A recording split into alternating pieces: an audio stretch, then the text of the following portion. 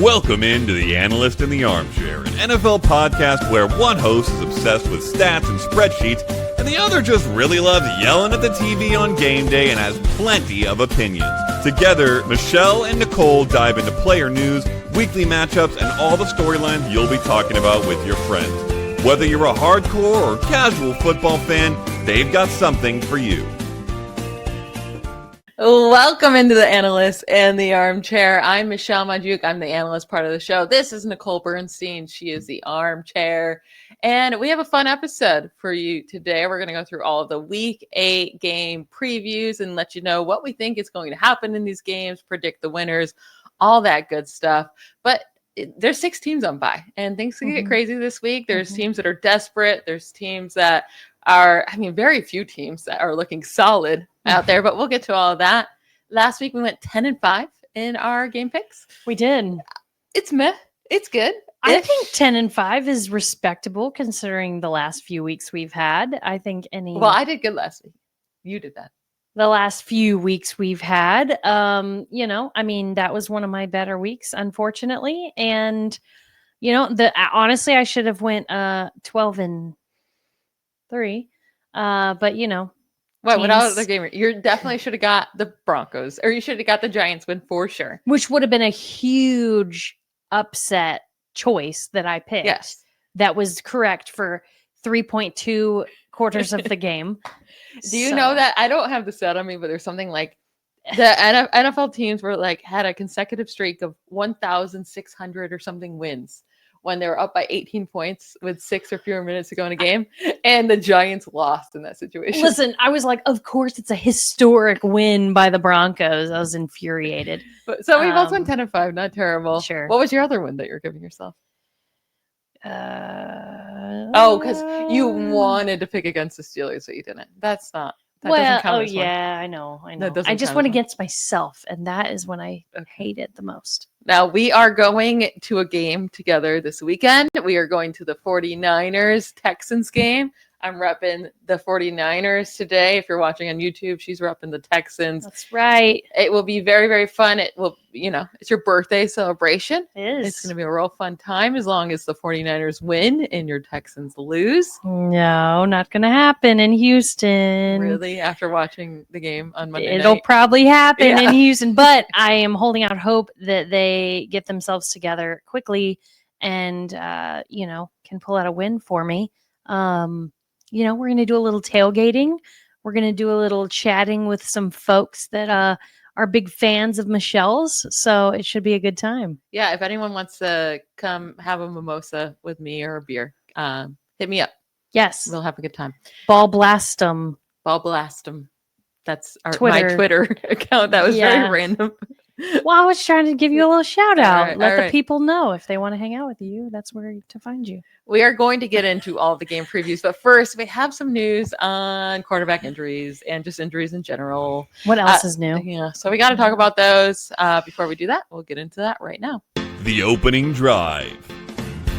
Unfortunate injuries happened this past week. The biggest one being Mike Evans, because he's likely out for the season. I mean, maybe he comes back, but I wouldn't even think that until the playoffs, if they were to make the playoffs. Right. With a broken collarbone. He's had an injury-riddled season this year, and he's had that streak of 1,000 yards. I think that's what hurts the most, right? He's been so consistent for 11 straight seasons with 1,000 yards. Already historical, but it stinks. We're not going to have him out there. But Baker's been doing his thing without Mike Evans beside this last game, which we'll get into when we talk about the Buccaneers. Yeah, it's unfortunate. As soon as he went down and didn't hold on to the ball, because it was a catch.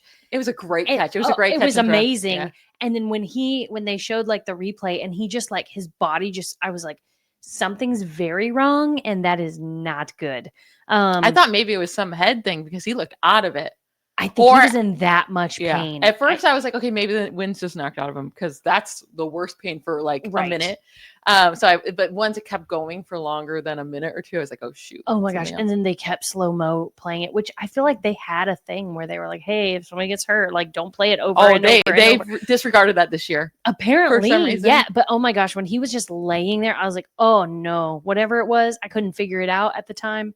I was like, whatever it was not good. Yeah, it was So not. unfortunate for the Bucks and for Mike Evans specifically.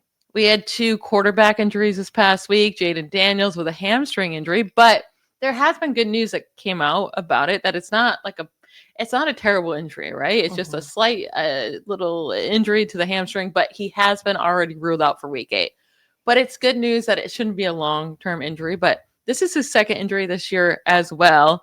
And this Commanders offense is not nearly as good without him. Yeah, I'm not happy about it for obviously a number of reasons. But, I thought they were hopefully just being a little cautious in that game when they, took him out and didn't bring him back. I was like, okay, they're down by quite a bit. Okay, fine.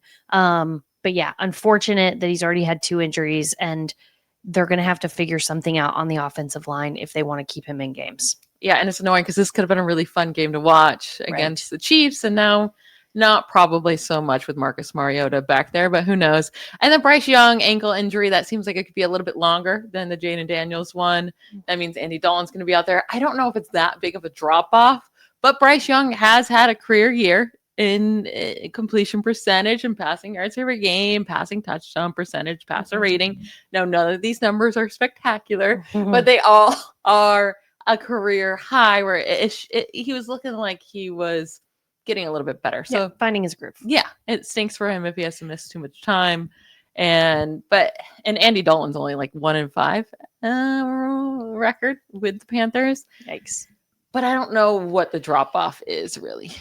I mean, yeah, I think it's going with somebody that's played a lot that they're probably not going to win, to somebody who you're like, maybe they still have hope. Yeah. So, yeah, to me, you weren't winning games anyway. Yeah. It's not that crucial. We'll see if Lamar Jackson comes back. He did come back to practice today. They need him. They need him so bad.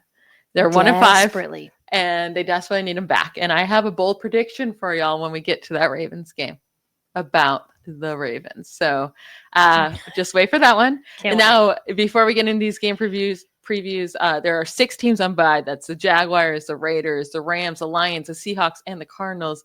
And to close out today's show, we are going to tell you which team we think most desperately needed this bye to get back on track. So look out for that, and that will be a fun little time. But I think mine is clearly the best pick, so we'll see. Yeah, I'm shocked that you have that opinion.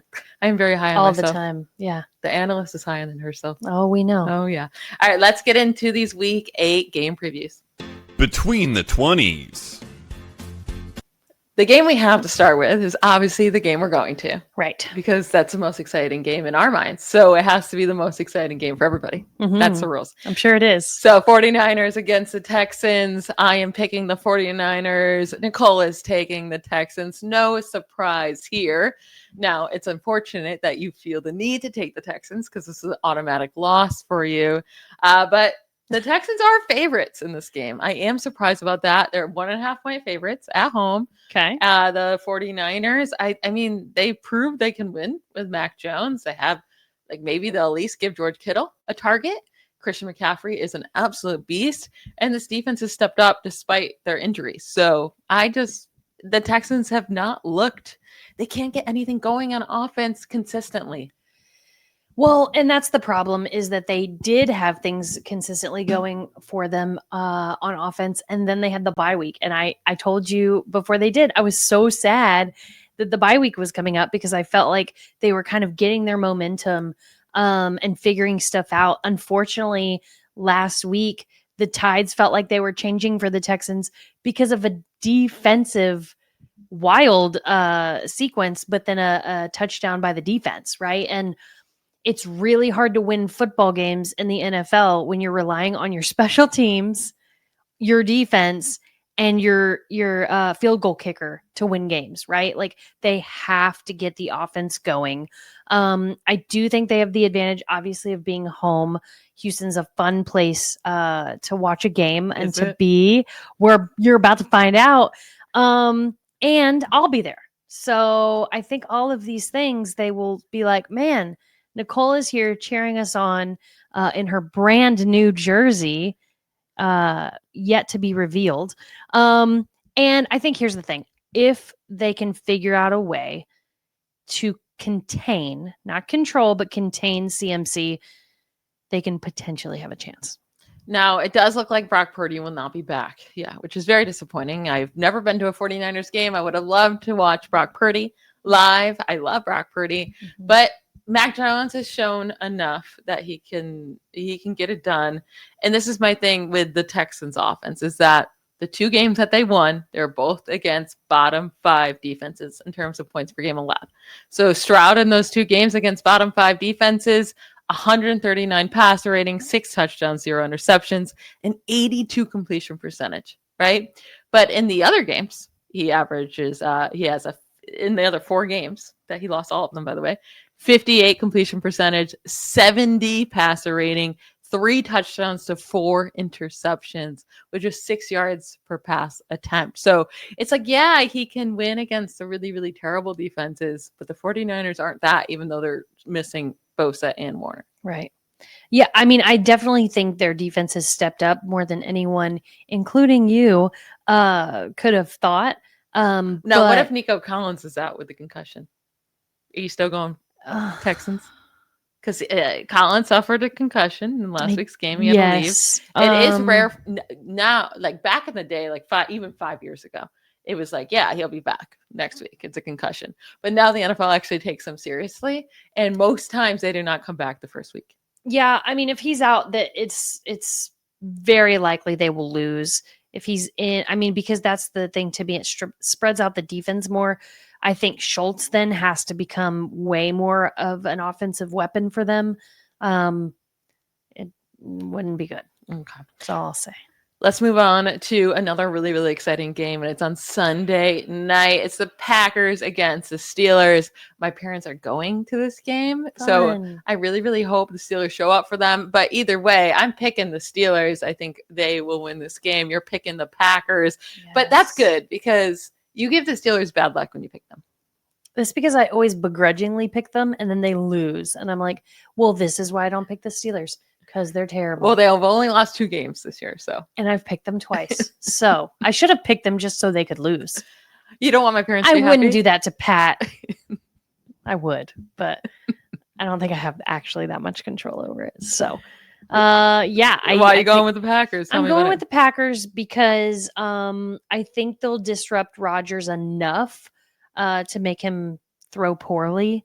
And their running game has been basically non-existent this season. The Steelers running game? Yes. They've been fantastic. No, they haven't. Jaylen Warren just went off last week for like 160 yards. No. Yes. I mean, I'm not lying. Yeah, one game? No, they've been Kenneth Gainwell a couple weeks ago went off. They've been actually really good for having nobody. Like, I say nobody, but like. Yes, but I don't think they're going to be able to run around the Packers is what I'm saying. Yeah, the Packers are a good defense. I get you.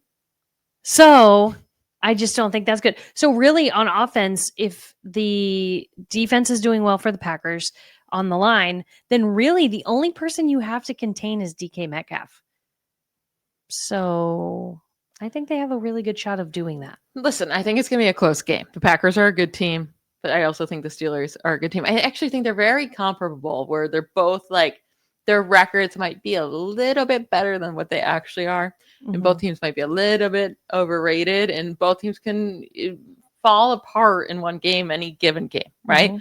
But in this game, with the Steelers being at home, with Aaron Rodgers having the revenge game against the Packers, this will be the first time he plays the Packers since leaving. And I do think it's very different. He already had the revenge game against the Jets that he won. Sure. I think it's so different, though, against these Packers because his career there was such a roller coaster. He had so many bad times and good times, and he left on this like gross note.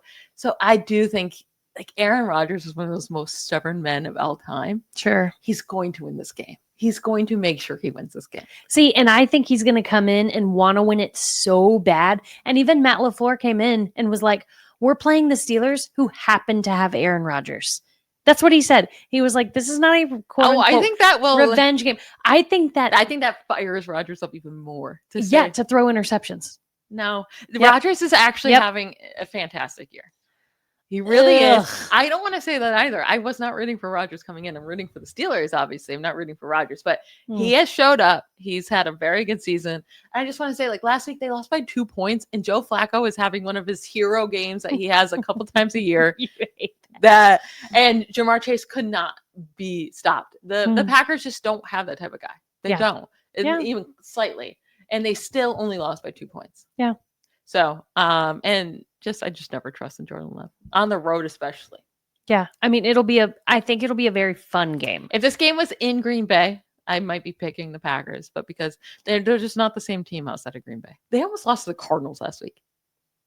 Yeah, but there's like those tricky games and match. That's normally like divisional games, though, like the Steelers against the Bengals. Anyway, I think you just believe that when you want to believe that. yeah, maybe. Let's move on to a divisional game, which is always tricky, and it's the Giants against the Eagles. At first, I was leaning the Eagles, and I've changed my mind. I'm going the Giants. You're going the Eagles, which is very fair.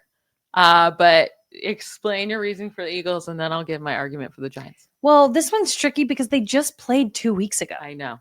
And the Giants won. Not just won, like beat up.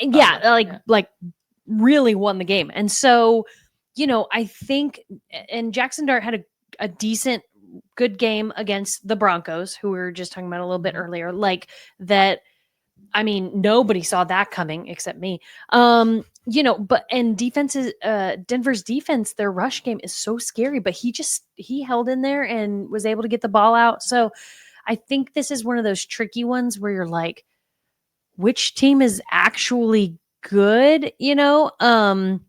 I think though, the weapons that Philly has, are just, it's hard to stop Saquon and AJ Brown and Devontae Smith, right? Like there's just, and then what's his Dallas Goedert. Dallas Goedert. Like there's just so many guys that you have to worry about, and so many teams have like the guy or like the couple guys. And I think Philly is just so deep that it's going to just be really hard for the Giants to keep up with them offensively. It's not going to be easy. That's for sure. And the Eagles have won 12 straight games against the Giants at home. One of the longest streaks versus a single opponent like ever. It's tied for the longest active streak, but also the longest active home win streak by any team versus a single divisional opponent. So they have been killing them at home, but Jackson Dart is the difference maker here. And the Giants had just beat up on them 34-17. But the Giants were at home, so that is different. But the big difference there was the rushing game. And Saquon Barkley this year, it's not getting done. I mean, he is averaging just 52.7 rushing yards per game.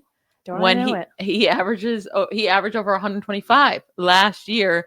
It's the largest decrease in rushing yards per game from one season to the next since 1933. Oof, that is not a good stat, but apparently the thing thinks so. It's so funny when it randomly decides to give us a like, thumbs up or a celebration. Thumbs upping that it's like, yeah. And it's not just that. It's like Cam Scatterbo has been electric. He's been killing it. Sure. He killed the Eagles last time. We'll see if he can do it again. But like the rushing game has been so good for the Giants, not only with Scatterbo, but also with Jackson Dart, who's averaging the most rushing yards per game among all quarterbacks and starts this year. And also he has 10 offensive touchdowns since becoming the Giants starter in week 4. That's the 4th most in the league since that span behind only Dak Prescott, Patrick Mahomes, and Matthew Stafford. Yeah.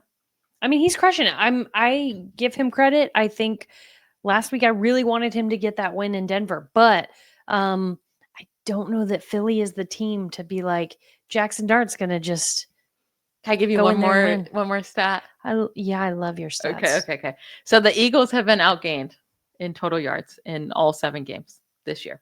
They also won 5 games with 7 or fewer points. It's the most in the NFL. They've only had one game this year that it wasn't a 1-possession game, and it was their loss to the Giants. But my point is they have a negative 436 total yard differential this year.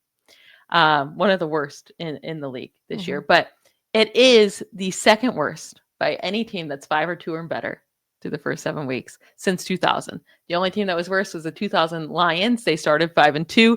They ended up missing the playoffs with a terrible record. They well, not terrible. They finished 9-7, missed the playoffs. The next worst team after the Eagles is the 2016 Raiders. They lost in the wild card. 2022 Titans are the next worst. They also missed the playoffs after starting 5-2. The Eagles are not a very good team right now. See, and I get it, right? Like they're winning games that you're like, I'm not really sure how they won that game, but they did.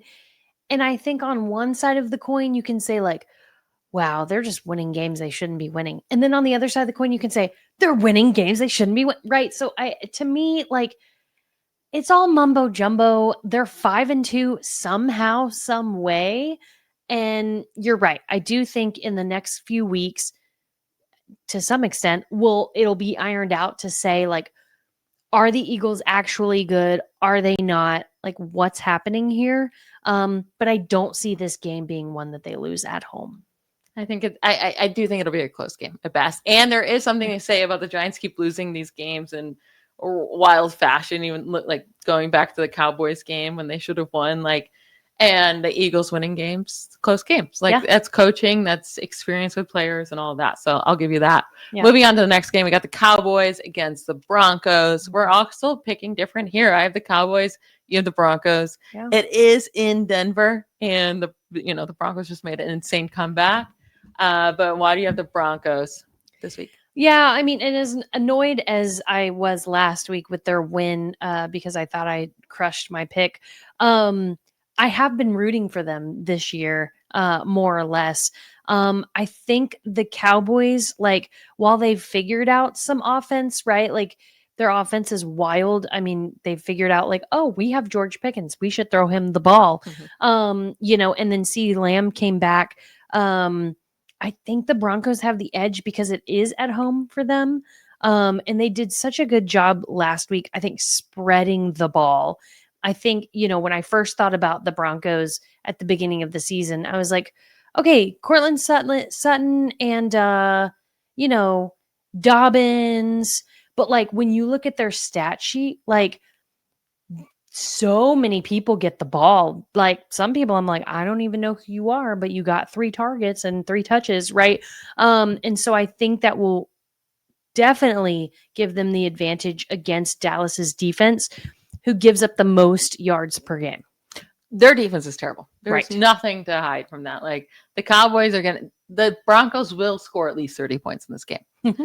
but the Cowboys will score more, in my opinion, because mm-hmm. their offense has been so amazing. And when you look at this Broncos team, like they won week 1 by only 8 points against the Titans at home, by the way. Mm-hmm. And at that, you're like, ooh, like that's really not enough, right? Sure. They lose the next 2 games. Colts, they are amazing. Sure. Chargers, they're a fine team. Fine. And then their next. Sorry, I wish week 1 Michelle could hear you saying the Chargers. They're a fine team. We'll get to the Chargers and my disappointment. I'm sorry. Yeah. Next game, everybody. Now they're on a 4-game win streak, right? The Broncos, but they beat the Bengals with Jake Browning, which they were terrible, right? Right. And then the next 3 games, the Eagles, the Jets, the Giants, they had to all make comebacks in the fourth quarter to win those games. Mm-hmm. I mean, against the Jets, they have to do that. It's embarrassing enough, right? They could only put up 13 points against the Jets. They trailed 11-10 entering the fourth quarter, and then they scored the 3 points in the fourth quarter. Against the Eagles, they trailed 17-3 entering the fourth quarter, and then outscored the Eagles 18-0 to win that game. And then we know last week against the Giants, they were losing by 18 points with 6 minutes to go and came back. That's not sustainable. That's not sustainable. It's amazing, and it's going to help their record, and you can't blame them for coming back, but that is not sustainable. And the Cowboys are going to be putting up points like crazy, even against the Broncos defense. You think? Yes. Because I don't know that I believe in Dak enough to. He's so good. So since week 4, he has 13 passing touchdowns, 0 interceptions. He's been sacked only 3 times with 0 giveaways. Since week 2, he ranks first in passing yards, passing touchdowns, passing first downs. Like, he's been killing it. And that was without CeeDee Lamb for a long time. And Pat Surtain is very good, but who are you going to cover, CeeDee Lamb or George Pickens? you have two people, and CeeDee Lamb goes in the slot a ton. So they move these guys around. I think Pickens can maybe have a worse day because Surtain will be on him more, but you're not going to be able to stop both of them. And then you also have Jake Ferguson, and then you also have Javonte Williams with a revenge game against the Broncos. But you think Dak will have enough time in the pocket to throw the ball to these to these receivers? I do. Okay. I do. All right. I do. I don't, because I think Denver's gonna feel like, man, we really like sucked it up for 3 quarters last game against Jackson Dart. Like, we got to figure something out here. They've sucked it up for 3 quarters for all the games over the last 4 weeks. Well, now the Broncos are 3.5 point favorites, so Vegas is on your side. As it should be. Yeah. All right, let's move on to the next game. Vikings versus the Chargers. I do think this is a tough one. It's a very tough one. I went back and forth, I will say. But we are both picking the Chargers because Carson Wentz is not good. 100%. And he is starting again for the Vikings, which after last week's game, you would have thought they would go back to JJ McCarthy. Maybe he is still just too injured, but I feel like it's just they're too scared to go back to McCarthy. Yeah. Which is unfortunate, because I think it's hard, because he had the not great 2 games. He had the 1 good quarter, and that was it. But to me, it's like, if you said he was your guy at the beginning of the season, I think you have to give him more than 2 games in the NFL to really see if he's your guy or not. And Carson Wentz isn't winning you games anyway. So to me, I'm like, I don't think 2 games is enough. And yes, he got hurt, so it's not like they pulled him. But I do think they need to go back to him and give him a chance to see. Yeah, the 2 games they won with Carson Wentz was against the Bengals with Jake Browning, right, and the Cleveland Browns, right, and they only won by 4 points in that game. Right. So it's like, I don't know, like Carson Wentz is not it. The big reason why I feel better about the Chargers, Joe Alt is coming back, the left tackle for the Chargers, and Justin Herbert had a good game last week, but still 2 interceptions thrown, which was a big difference maker. And his numbers with and without Joel on the field are drastic. With Joel, it's 7.7 pass yards per attempt. That drops to 6.6 without him. His passing touchdown interception rate goes from 6 to 1, 6 touchdowns to 1 interception, to with him off the field, it's been 7 touchdowns to 5 interceptions. So 5 interceptions without him on the field, only 1 with him. And then his passer rating drops by nearly 15 or over 15 points without Alt on the field. So Alt getting back is massive. Well, and I think too, the Chargers have more to lose if they lose this game, right? Like, the Chiefs and the Broncos are playing so well right now. If the Chargers even want to have a chance at the playoffs, they have to start winning games, and it has to be now. So I just, quite frankly, think they have more to lose here. So, Harbaugh's going to be harping on that this week. I don't know that the Chargers are going to like get back to week 1 through 3 Chargers. I hope for your sake they do. For it doesn't your make predictions, sense their collapse. Like, I don't know what's happening. Well, I think, they lost their running backs and I guess O-line injuries. Sure. I mean, but tons like of injuries, defense right? too, they're falling apart. But that's every team, to be fair. Like, you can't, like, to some extent, you can't just be like, oh, it's injuries. Like, I think they kind of fell back into who the Chargers were, and who we're used to the last few seasons. And so something's got to give to get them back into that winning modality. And just, I mean, the Minnesota looked terrible last week. So I think that's the advantage for the Chargers this week. I mean, they had 5 field goals. 5. That's a lot. That's like, that means you're in between being terrible and that means you're moving the ball at least. And that was against the Eagles that you were so certain are going to beat the Giants. Listen, and they only lost by 6 points. But I think I like that you're telling me the score like I didn't know, because I was like furious that they lost because I picked them, right? But yeah, I mean, I just think like it's giving me like PTSD from like week 1 and 2 Texans, honestly. Yeah. And the whole like field goals. Let's just go for field goals. Oh, the Steelers love field goals. I feel you. Yuck. Anyway, I do think it's the Chargers for sure at home this week. Very good. Yeah. The Chargers are favorites, 3.5 point favorites. That seems like a lot. 3.5 feels like a lot. Yeah. I would take 2.5. Like, I think they'll win by a field goal. I think it will be a close game. Sure. Yeah. It's definitely not like a for sure win for the Chargers, but 2.5. Yeah, okay. Now, Okay. looking at the line for this next game, the Bears and the Ravens, Vegas clearly thinks that Lamar Jackson's coming back. Right. And he did practice. He came back to practice today. Mhm. But the Ravens line is at 6.5, minus 6.5. So they're clear favorites by almost a touchdown.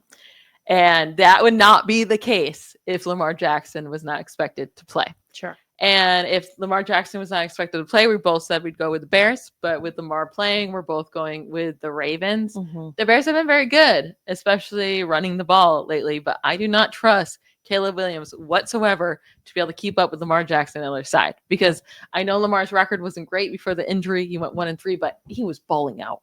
He was averaging 33 points per game for the Ravens points and 130 passer rating, leading the league, and 10 touchdowns already prior to injury. Like this, he was doing everything he needed to do. And I think if they have to pass the ball, the Bears, that Caleb Williams will not be able to keep up with Lamar Jackson on the other side. Oh, agreed. I think, Chicago's rush defense isn't stellar either. And so I think that gives the advantage, obviously, to Derrick Henry, who previously I would have said always has the advantage. I don't know what's happening right now with the King himself, but I think he could also really use a really good game to boost his morale and confidence and all the things. And so, I think Lamar Jackson just gives the Ravens so many more options because not only can he run it, he can give it to a couple guys who can run it, or he can throw the ball really well. And so, I think they're coming off of bye. I think they gave him that extra time to get healed up and ready to go. I think they desperately need a win. I think they're 1-5 right now. Mm-hmm. They desperately need the win. And I've said it all season. I don't think Caleb Williams is the dude. I know they've won more games than I thought they would at this point. But I'm not about it. I do think the Bears are a good team. I think they'll be fine if they lose to the Ravens. I just fully expect them to lose. And I know the Ravens defense has been so bad. I think they'll pick it up. They've had a lot of defensive injuries. They had this bye to figure out everything. And last year, their defense was looking just as bad through the first 8 weeks of the season. And then they turned it completely around and were one of the best defense in the second half of the year. My prediction is that the Ravens win their next 9 straight games. That's bold as let me tell him. The Bears, the Dolphins, the Vikings, the Browns, the Jets, the Bengals at home, the Steelers at home, and then the Bengals again on the road. We'll see if Joe Flacco's back or not. And then the Patriots, but again at home. I think they can win all 9 of those games. Wow. And then they have to go on the road against the Packers and Steelers for the last 2 games. Those are a little bit more iffy. I think they win 9 straight. As long as Lamar Jackson stays healthy. That is bold. Somebody write it down because I won't. But somebody write it down. That is it's not what I want. I'm a Steelers fan. I don't want that to happen. Sure. But that's a tall task for a team who has one of the worst defenses in the league. But I just don't think they're going to be that bad of a defense moving forward. We're going to find out. Yeah. Moving on. Wow. Bills, Panthers. Bills defense has been real bad as of late, and their offense does not look good. But we're still going with the Bills. I think it was the perfect time for them to have a bye, to breathe it out, figure it out, because they're way too good of a team to be losing like this, the way they lost against the Falcons before their bye. But Andy Dalton's going to be starting for the Panthers. Even if it was Bryce Young, it's not like you feel great about it. Their 3-game winning streak, the Panthers, came against the 1-6 Dolphins. The Cowboys, which is impressive enough, 3-1 Cowboys, where they won by 3 points. And then the 0-7 Jets. So 2 of those 3 wins are against teams that everyone wins against. Right. They're not going to beat the Bills. No, and here's the thing. The Bills are not a team that lose 2 in a row.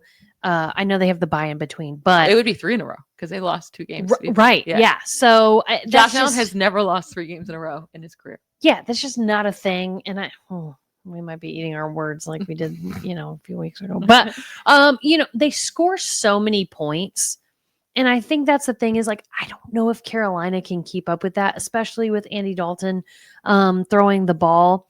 Now, if Carolina can force the Bills to run the ball more, they could make the game interesting. But by no means do I think the Panthers have a chance to win this game. And you got to look out for Dalton Kincaid's status because Josh Allen has been thriving with Dalton Kincaid Yes. this year. So if he's out, that would be a big loss. But the Bills have also won each of the last 10 games coming off their bye. It's the longest active streak in the NFL, and it's actually the second longest streak since byes started in 1990. So Whoa. they're very good when they get some rest. Especially, I mean, under Sean McDermott. Aren't we all? Yeah. So they're going to, the defense has been banged up for the Bills, but they're expected to get some guys back. Also, 2 guys back from suspension, and Larry Ogunjobi and Micah Holt. God bless you. Let's just pretend that's how you say his last name. But they're 2 really good run defenders, which has been where they're struggling. Yeah. So big deal there. Yep. Then let's get into this game, which should be way more exciting. But Jaden Daniels is hurt, so it's the Commanders against the Chiefs. We're both going the Chiefs, and I'm so sad about it. Even if Jaden Daniels was playing, I think I go to Chiefs because the Chiefs look so stupid good. They started slow. They look so good that Patrick Mahomes has all of his weapons back, and they're thriving right now. Ugh, they're thriving. thriving. I know they on are. offense, on defense. Mahomes is having an MVP-like year. He really is. Ugh. I know. Well, you didn't want Baker Mayfield to win, and you're rooting against him. And now Mayfield had a bad game, so now Mahomes is top again. Look what you did. It's your fault. No, I think that's because everybody loves to love Patrick Mahomes. Well, he gets a really good year, but he gets a lot more credit. Here's the thing: there's guys that are underrated. Jared Goff is a good example. I don't think he ever gets the credit that he's actually due. Yeah. I think Patrick Mahomes gets more credit than he's due. Brock Purdy could throw for 6,000 yards and 60 touchdowns, which would be an insane record for each both, and he still wouldn't get the credit. That's what what it'd I'm be saying. all Kyle Shanahan. Right. So to me, it's like it's hard for me to appreciate when somebody has a good season because the opinions are like it doesn't matter because the guys who are actually having good seasons, they get overshadowed by the guys that are just good. But Mahomes is killing it this year. He does rank second Okay. in total yards, first in total touchdowns, first in total first downs. He only has 2 giveaways this year.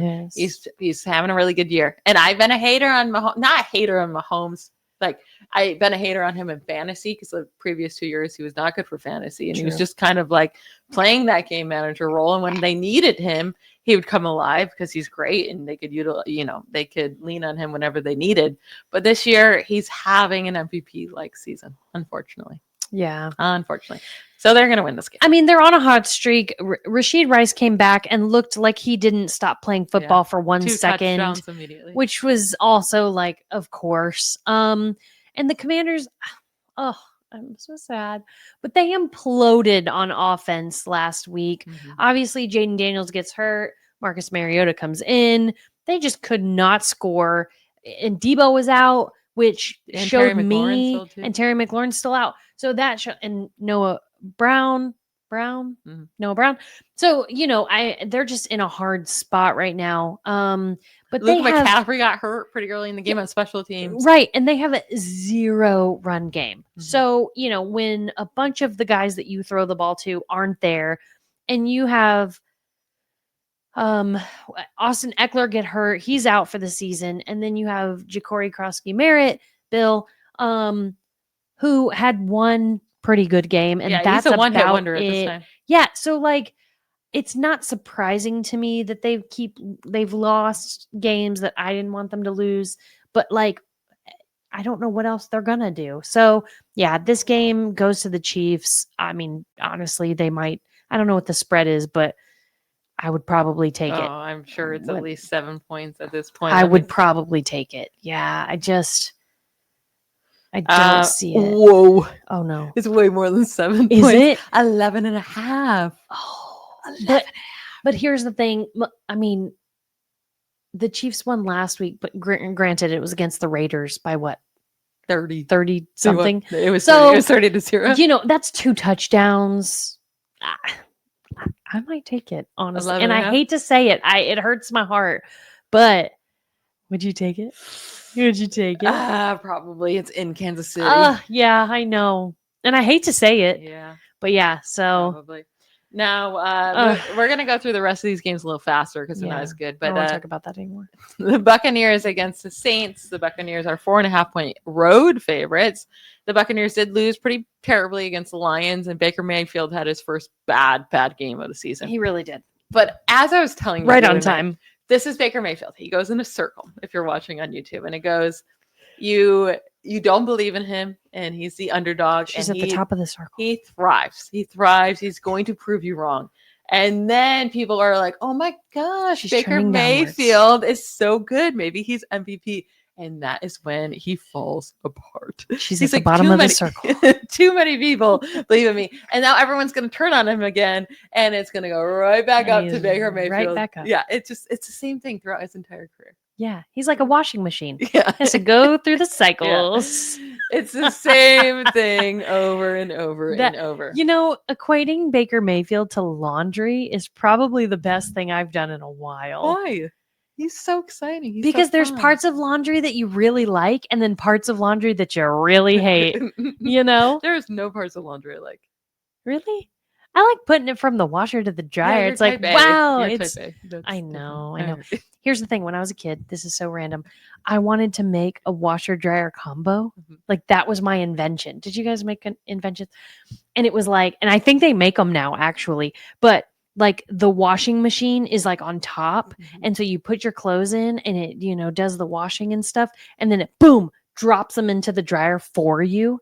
So you never have that like situation where, sorry, we're talking about laundry, everybody, where you don't forget like they're in between. Yeah. So then you don't have to rewash them. Because I'm shocked that hasn't happened yet, but I guess there's still people who like don't like to dry everything.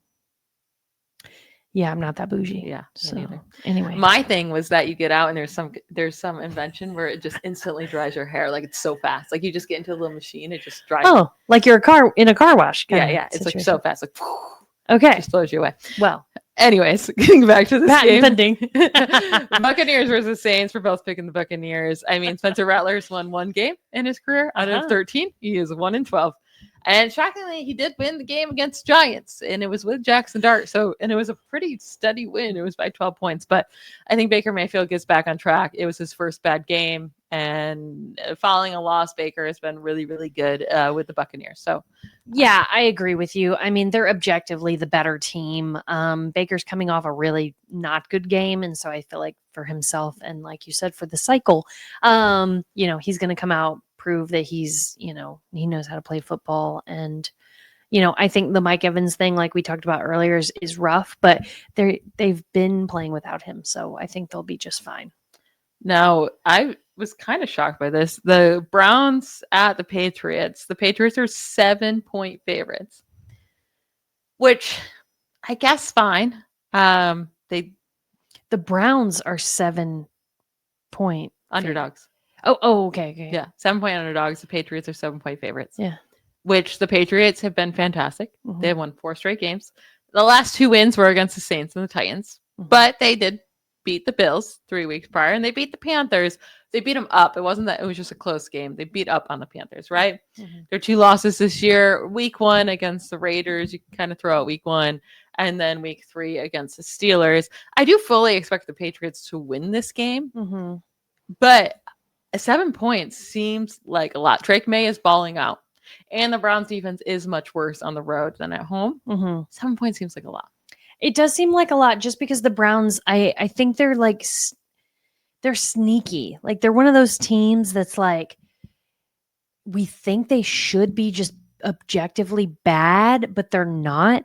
And so, and because their defense, while bad on the road, like they're just kind of scary, quite frankly. And I don't expect the Patriots to be able to run at all in this game. Right. But I don't think that will necessarily stop their offense either, like it would some other teams. So I think as long as the offensive line can keep Drake May on his feet, I think they should win this game at home. 7 points feels like a lot. I'm thinking like maybe a field goal. But yeah, I'm taking the Patriots for sure. Yeah, I can see like 6 points, 7 points. I mean, I can totally see 7 points. I just wouldn't take it. Right. But I am, Patriots, easy win.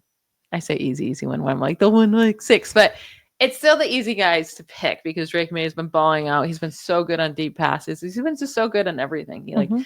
He really, the annoying Patriots got their next guy so fast, while the Steelers are just dying each year to find a new quarterback after Big Ben. Or picking 47-year-olds to be their quarterback. Exactly. Jets against the Bengals. Listen, I told y'all I'm going to keep picking the Jets until they win one. So I'm going to keep picking the Jets until, unless they face like a team like the Bills or someone great. But it's the Bengals. I get it. They beat the Steelers last week. Mhm. It was on Thursday Night Football. Weird things happen. It's against a divisional opponent. Weird things happen. Mhm. Divisional. I was like, what did she just say? Divisional opponent. Oh my God, amazing. But Joe Flacco and Jamar Chase had a flawless game and still barely won. They won by 2 points. And the last 2 games for the Jets, they just needed anything. Yeah. Anything at all from their offense and their quarterback. And they would have won the game. Like, their defense has stepped up. They lost 13-11 against the Broncos. They lost 13-6 against the Panthers. They needed anything. So I think if they played Tyrod Taylor in this game, the defense has stepped up. They could win this game. Well, I think that's the way they're leaning, as far as I know. Have to at this point. But he came in and threw 2 interceptions last week. I know. He's not good either. Right. So the thing is, Fields has no interceptions, but it's like, okay, you never throw the ball, and you clearly are not taking any risks whatsoever. So at least Tyrod Taylor is willing to throw the ball to the other team. Throw the ball down the field, and hopefully Garrett Wilson's back with a knee injury. Sure. I mean, I specifically took the Bengals because they're at home, and they're playing the Jets, and so it feels like an obvious win to me. Joe Flacco's fine. I did appreciate that he and Jamar Chase played so well together last week. I mean, he hit Jamar Chase, T. Higgins, and the other one I can't think of right now for touchdowns. So he even spread the ball between them. Was it Noah Fant? Yes, it was. Thank you for that. Yeah. So, I think like they have enough offense to win against the Jets. They probably do, but they are 6.5-point favorites. The Bengals are. And again, like I said, last week they won by 2 points. Yeah. Against the Steelers. I wouldn't take it, but I still think they'll win. And the Jets have lost by 2 points and 7 points the last 2 weeks. So yeah. Well, it's in Cincinnati too. Yeah.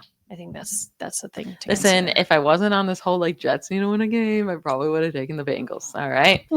Titans versus the Colts. We're both taking the Colts. There's really not much to say here. The Colts are 6-1 and thriving. Like, this isn't a team that's like, oh, they shouldn't be 6-1. They should be worse. No, they should be 7-0. Yes. And again, I'll bring up AD Mitchell ruining their perfect record. They should be 7-0. Well, the Titans are 1-6 and they should be 0-7 because the Cardinals had a colossal meltdown to give them the one win. The Colts have the number 1 offense across the board, while the Titans have the worst offense across the board this year. If the Titans end up winning this game, I give up on predicting anything. We should stop. Yes. I mean, this would not doesn't make any sense on paper. It's just, one of those things you can't explain. And the Colts are 14.5-point favorites, and I'm taking it. Take it. 14.5 is a lot. So the Colts this year are averaging 33 points per game. Okay. The Titans are averaging 13.7. So really, they're averaging 20 more points per game Woof. than them. All right, I'll take it. Yeah, exactly. I'll agree with you for once. And the last game, the Dolphins versus the Falcons. I don't know how Mike McDaniel is still holding on to his job, but he has thrown Tua under the bus, so that's for sure. He's like, maybe we won't throw 10 interceptions this week, is what he said in his press conference. Oof. Press conferences, though, are sketchy at best. Yeah, so. We're both taking the Falcons, obviously. The Dolphins are 1-6. Their one win has come against those 0-7 Jets. Of course. Listen, I am never picking a team that has Tua as the quarterback. I don't think it's all Tua. I think it's a lot of Mike McDaniel. I think it's a lot of issues. The defense having no talent. And listen, he's not throwing the ball though. Yeah, well, he's making the plays. He's calling the plays. He's not the one throwing the ball to the other team. But the Dolphins have only been worse when Tua's not there. But they're bad with him. Well, So yeah. what's that matter? This is the real deal. Bijan Robinson is going to destroy Oh, yeah. the Dolphins. This defense. is you don't even need to watch this. What's the spread You on don't this even one? watch. No, but like It's got to be pretty significant. the only thing you're worried about if you have Bijan Robinson in fantasy is that they go up too fast. and then he sits. Yeah. That's literally the only thing. That's fair. Oh, I looked at the Falcons for next week because it only had them as 2 points. I was like, there's Oh. no way. They are 7.5-point favorites. That's it. Easy. Easy. Take it. Because Bijan Robinson's going to destroy them. Yeah. We are done with our game previews, but we still have our 2-minute warning. And with 6 teams on bye this week, we're going to talk about which team needed the bye most to get right next week. 2-minute warning. Okay, Michelle, which team do you feel was desperate for this bye week? I think it could not have came at a better time for the Jacksonville Jaguars, like whatsoever, because they started off hot, 4-1. They were looking pretty good. I mean, it's not even like they're beating up on bad teams. Like, yeah, the Texans aren't great, but they won that game by a touchdown. They beat the 49ers. They beat the Chiefs in prime time. And then week 1, even against the Carolina Panthers, who are now 4-3. So it's like those 4 wins are not like just easy wins. But then the last 2 games before they bye, they lose to the Seahawks and lose to the Rams. And it was in really, really ugly fashion. 12 points and 7 points. I think they need to this bye figure out how to utilize both Brian Thomas Jr. and Travis Hunter the same. Like, is it really that hard? Like, figure it out. Sure. And then like get back to your running game, because all of a sudden they've gone away from Travis Etienne, who was doing so well to start the year. Right. Like, figure that all out. Your defense has been pretty solid. They needed this bye, get back on track. They get the Raiders after the bye, so they should really, really get back on track. Okay. Yeah. No, that's a great take. I agree with you. I'd love to see them be able to incorporate all of the offense instead of picking and choosing. Etienne's our guy this week, and Brian Thomas Jr. is our guy this week, and Hunter's our guy this week. So totally agree with you. I unfortunately picked the Raiders. I said at the beginning of the season that I thought they had what they needed to be a good football team. And I was mistaken. I don't know what is happening with Geno Smith. I think Geno Smith and Derrick Henry this year have been the most confusing players this season to watch, and just the confusion of like what happened. So I think this bye week came at a good time for them to regroup and figure out, can we throw the ball without it being intercepted?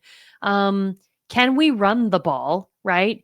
Can we allow Ashton Genty to be what we think he can be and what a lot of people think he can be, and get the ball out of the hands of Geno Smith to the wide receiving core? So, I think this is a good time for them to regroup, take a breath, just wash off essentially the first quote unquote half of the season and figure it out from here. They need to fully restart, because Ashton Genty looks miserable right now already, and it's been 7 weeks with his team. Well, and what's his name? Myers is asking for trade, and like they need to get Brock Bowers. It's not back. good. Yeah. It's Geno not Smith good needs there. to figure out what in the world has happened. Yeah, Yes. They desperately needed this break for sure. That will be it for today's episode. I can't promise you we will both be alive for next week's episode, because one of us may murder each other during this Texans 49ers game. But just, I'll root for the 49ers for me. Thank you. Boo. All right. We Don't will do that. We'll talk to you next week. We hope you all get your wins in fantasy and for your favorite team. Bye, y'all. Bye. Thanks for listening to The Analyst in the Armchair. Don't forget to subscribe, follow us on socials, leave us a review, and comment to let us know what you'd like to hear next time.